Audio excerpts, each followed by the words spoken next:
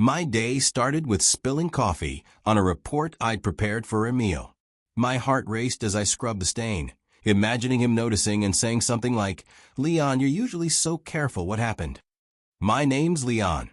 I'm 31 years old. I live in Seattle, Washington. I work as a curator at a small contemporary art gallery downtown. Emil, my boss, owns the place. He's 39, the kind of person who notices everything. How I adjust my glasses when I'm nervous, or how long I stay to double-check painting labels. Emil's reserved, but not cold. He always asks about my weekend or brings me a water bottle if I'm working late. I've been in love with him for 2 years, but I keep it hidden. I don't know if he's into men, and I'm not willing to risk the job I love. Our relationship is strict, professional, though sometimes I catch his gaze, lingering, like he wants to say more than he allows himself. I tell myself it's just my imagination. Every morning, I arrive at the gallery an hour before opening. I check the lighting, adjust frames, update visitor logs. Emil shows up later, always with a black briefcase and an espresso. He greets me with a slight smile, and I respond, trying not to betray how much I looked forward to it. Today he stopped by my desk, holding a folder of sketches for a new exhibition. "Leon, have you looked at these yet?" "I want your opinion," he said, and I felt heat rush to my cheeks. His voice is soft but commanding, like he knows I won't say no.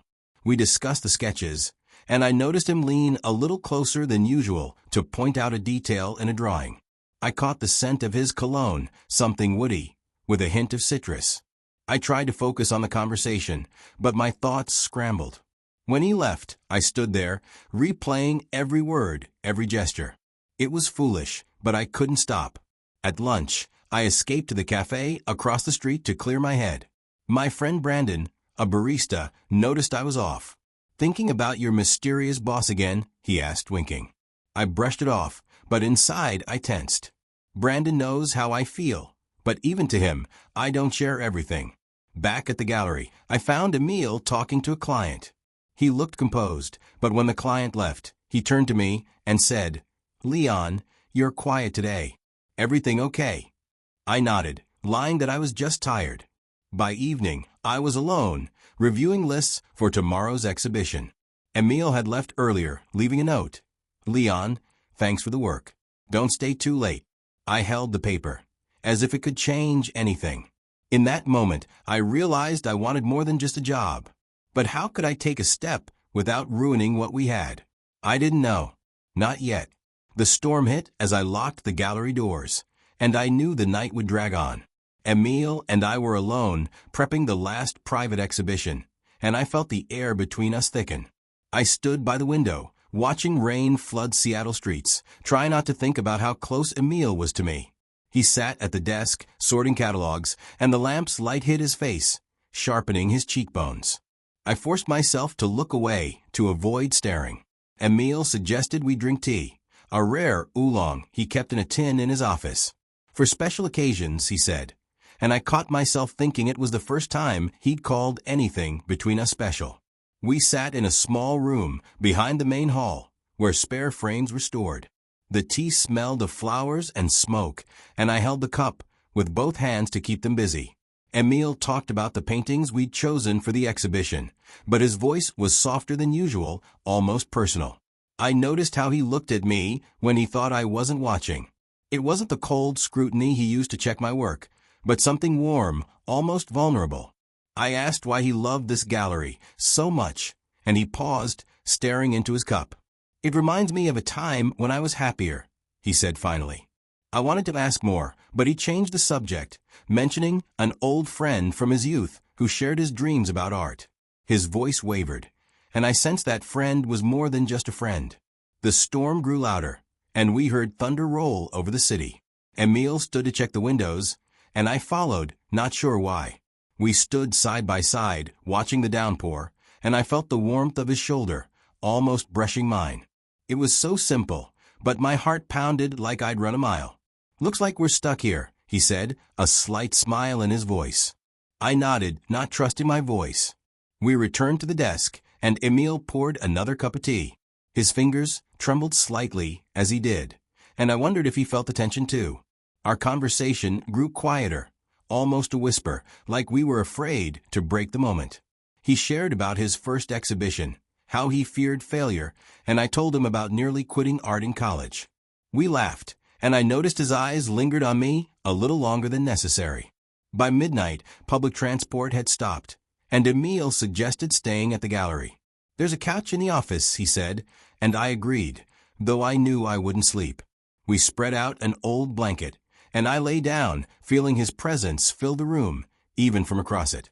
It wasn't what I dreamed of, but it was close enough to make me believe the distance between us might shrink. The candles flickered in the gallery's dim light, and I felt time slow around us. Emil pulled a bottle of plum wine from his office, and I knew this night was veering into uncharted territory. We sat on the floor of the main hall, surrounded by paintings that guests would see tomorrow. I watched him pour the wine into glass goblets, his movements a little less steady than usual. "This is special wine, Leon, try it," he said, and I nodded, though I was looking more at him than the glass. We drank, and the taste was tart, with hints of berries and something smoky. Emil started talking about his youth, and I noticed his voice drop, almost breaking. He spoke of a guy he'd been in love with at 19. His name was Nathan, he said, staring at the floor like he was afraid to meet my eyes. The story was brief, they were close, but Nathan left, and it ended without explanation. I listened, trying not to show how much his words hit me. I wanted to ask if he felt something similar now, but instead, I just nodded. "It's hard when someone leaves like that," I said, my words quieter than I expected. Emil looked at me, and there was something in his gaze I hadn't seen before, a mix of pain and hope. He poured more wine, and I noticed he was drinking faster than me. His cheeks flushed slightly, and he spoke more freely, like the wine had lifted some inner barrier. We talked about the gallery, how he built it, but the conversation kept circling back to personal things. He mentioned how loneliness had become part of his life, and I felt a pang in my chest. "Have you ever felt that way, Leon?" he asked, and I froze. I could have lied, but instead I said, "Yeah, often. But sometimes someone nearby changes everything." My words hung in the air, and I saw a faint smile on his face. At some point, Emil shifted closer, his knee almost touching mine. He was talking about a painting on the wall, abstract, with warm tones, and suddenly touched my shoulder, pointing at it. His hand lingered for a second, and I felt warmth through my shirt. He pulled back quickly, muttering, "Sorry, I didn't mean to." His smile was guilty, but his eyes said something else. I wanted to tell him it didn't bother me, but I just smiled back. By midnight, he'd drunk more than he should have, and I started to worry. His words slurred slightly, and he laughed at things that weren't funny. I watched him, trying to figure out where the line was between caring and wanting to be closer. He was vulnerable, and I felt I had to protect this moment, even if I didn't know where it would lead. The storm outside was fading, but inside me it was only building. Emil swayed, and I caught him just before he collapsed onto the floor. His face paled, and my heart tightened with worry and something deeper. We were still in the gallery's main hall, surrounded by candles casting soft shadows on the walls. The wine had taken its toll, and Emil, usually so composed, now looked lost. I helped him onto the couch we'd dragged from the office, and his hand gripped mine like he was afraid to let go. "Leon, I feel awful," he mumbled, his voice shaking with embarrassment. I could see him trying to hold himself together, but his body wasn't cooperating. I ran to the storage room for a water bottle, and when I came back, he was sitting with his head in his hands. Suddenly, he retched right onto the floor, the sharp smell hitting me hard. He tried to stand, muttering apologies, but I gently held him by the shoulders. "It's okay, Emil, I'll handle it," I said, keeping my voice steady. I grabbed rags and a bucket, quickly cleaning up the mess. Emil watched me, and there was so much vulnerability in his eyes that I could barely hold back from hugging him. Instead, I brought a blanket from the couch and wrapped it around him, feeling the warmth of his body through the fabric. He was shivering, and I sat beside him, not too close, but near enough for him to know I was there. "Don't leave, please," he said softly, almost a whisper. "I'm ashamed, but I don't want to be alone." I nodded, feeling every barrier I'd built over 2 years crumble inside me. He wasn't my boss in that moment, just a person who needed me. I looked at his face, lit by the candles, noticing details I tried to ignore. Faint lines around his eyes, the shadow of stubble on his chin. My hand twitched, wanting to brush a strand of hair from his forehead, but I stopped, afraid to cross that line. We sat in silence, and it felt warm, almost tangible. I could hear his breathing, slow and uneven, and it was the closest we'd ever been. I thought about how long I'd hidden my feelings, fearing they'd ruin everything. But now, sitting beside him, I knew I didn't want to hide anymore. I wasn't sure what came next, but caring for him felt like the most right thing I could do. By morning, he dozed off, curled under the blanket, and I stayed there, guarding his rest. My hand rested near his, not touching, but close enough to feel his warmth. It wasn't the fantasy I'd dreamed of, but it was real, and that was enough. I closed my eyes, letting myself believe, just for a moment, that we were more than colleagues. Emil slept, curled under the blanket, and I watched him, my heart beating in time with his breathing. The night in the gallery was quiet, only the candles crackling, and I knew this moment had changed everything. I sat on the floor beside the couch, afraid to move, not wanting to break the fragile closeness we'd built. His face, relaxed in sleep, felt so familiar, like I'd known it forever.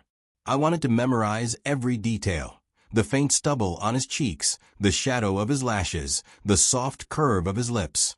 For 2 years, I'd imagined being close to him, but I never thought it would be like this, in silence, among paintings, with the scent of rain still lingering. I remembered how I'd buried my feelings, convincing myself he couldn't feel the same. But now, after his words, after he asked me to stay, I started to believe I might have been wrong. My hand rested so close to his that I could feel the warmth of his skin, and it was enough to make me want to take a chance. I pulled out my phone and opened a chat with Brandon. My fingers hovered as I typed, "I think I'm still in love. And maybe it's not for nothing." I didn't send it, but admitting it, even to the void, made my feelings real. I looked at Emil, and just then he stirred, mumbling something in his sleep. His hand, resting on the blanket's edge, shifted, almost touching mine. I held my breath, scared he'd wake, but he only sighed, and I felt the warmth of his fingers graze my own. It was so simple, yet it meant everything. I didn't move, letting the moment linger as the candle burned out, leaving us in soft darkness. I thought about how long I'd kept myself in check, colleague, subordinate, professional. But now I was just Leon, sitting beside someone who made my heart race. I recalled him talking about his loneliness, and I knew I wanted to be the one to fill that void. By morning, light filtered through the gallery's windows, and I woke up, still on the floor, my back stiff. Emil was still asleep, but his hand had moved closer, his fingers lightly brushing my wrist. I watched him, and something inside me settled. I reached out carefully and brushed a strand of hair from his forehead. My fingers lingered on his skin, and it was so gentle, so right, that warmth spread through my chest. It wasn't boldness, it was inevitable, like I'd always known I'd do it. He stirred, but didn't wake, and I pulled my hand back, worried I'd cross a line. But even that small gesture, so intimate and quiet, gave me the courage to admit I didn't want to hide anymore. I thought about how we'd talk in the morning, how I'd tell him what I felt without breaking what we had. I didn't know how to do it, but for the first time in ages, I was ready to try. I stood to make tea, letting Emil sleep. As the water heated, I watched him from across the room, my heart full. This wasn't a movie love scene, but it was ours, real, fragile, full of hope. I knew the line between work and something more had thinned, and I was ready to step across it, even if it scared me to my core. The morning in the gallery was so quiet I could hear water dripping from the roof after the night storm. Emil woke up, and my heart stopped when his eyes met mine. His face was creased, hair messy, and he looked so real I could barely hold back a smile. He rubbed his temples, clearly suffering from a hangover, but there was something soft, almost grateful, in his gaze. I sat on the floor by the couch, still holding a cup of cold tea, waiting for him to speak. "Leon, I remember last night," he said, his voice rough but warm. He sat up, pulling the blanket over his shoulders, and looked at me like he was seeing me for the first time. "You stayed. Thank you." I nodded, feeling warmth spread through my chest. I wanted to say something light to ease the moment, but instead, I just looked at him, unable to turn away. His words about not wanting to be alone still echoed in my head. I stood to get him water, and he took the glass, his fingers brushing mine. It was fleeting, but enough to make my heart skip. "We can forget yesterday if you want," I said, trying to sound neutral, though inside I was begging him not to agree. Emil shook his head, his eyes growing serious. "I don't want to," he said quietly. "I've been pretending I feel nothing for too long." I froze, afraid I'd misheard. He went on, looking away, like the words were hard to find. "I noticed you 2 years ago, Leon, but I thought it was inappropriate, dangerous."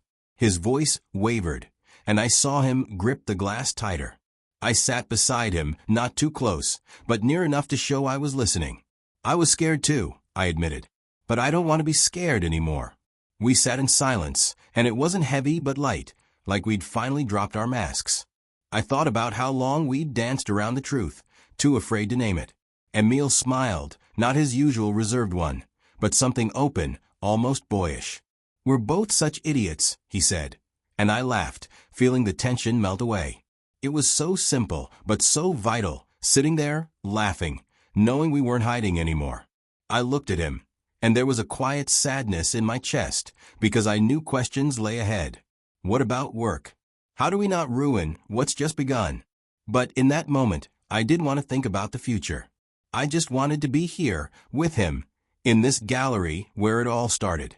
He reached for more water, and his fingers lingered on my hand a little longer than needed. It wasn't a promise, but a hint, and that was enough. The morning wore on, and sunlight flooded the gallery, making the paintings glow.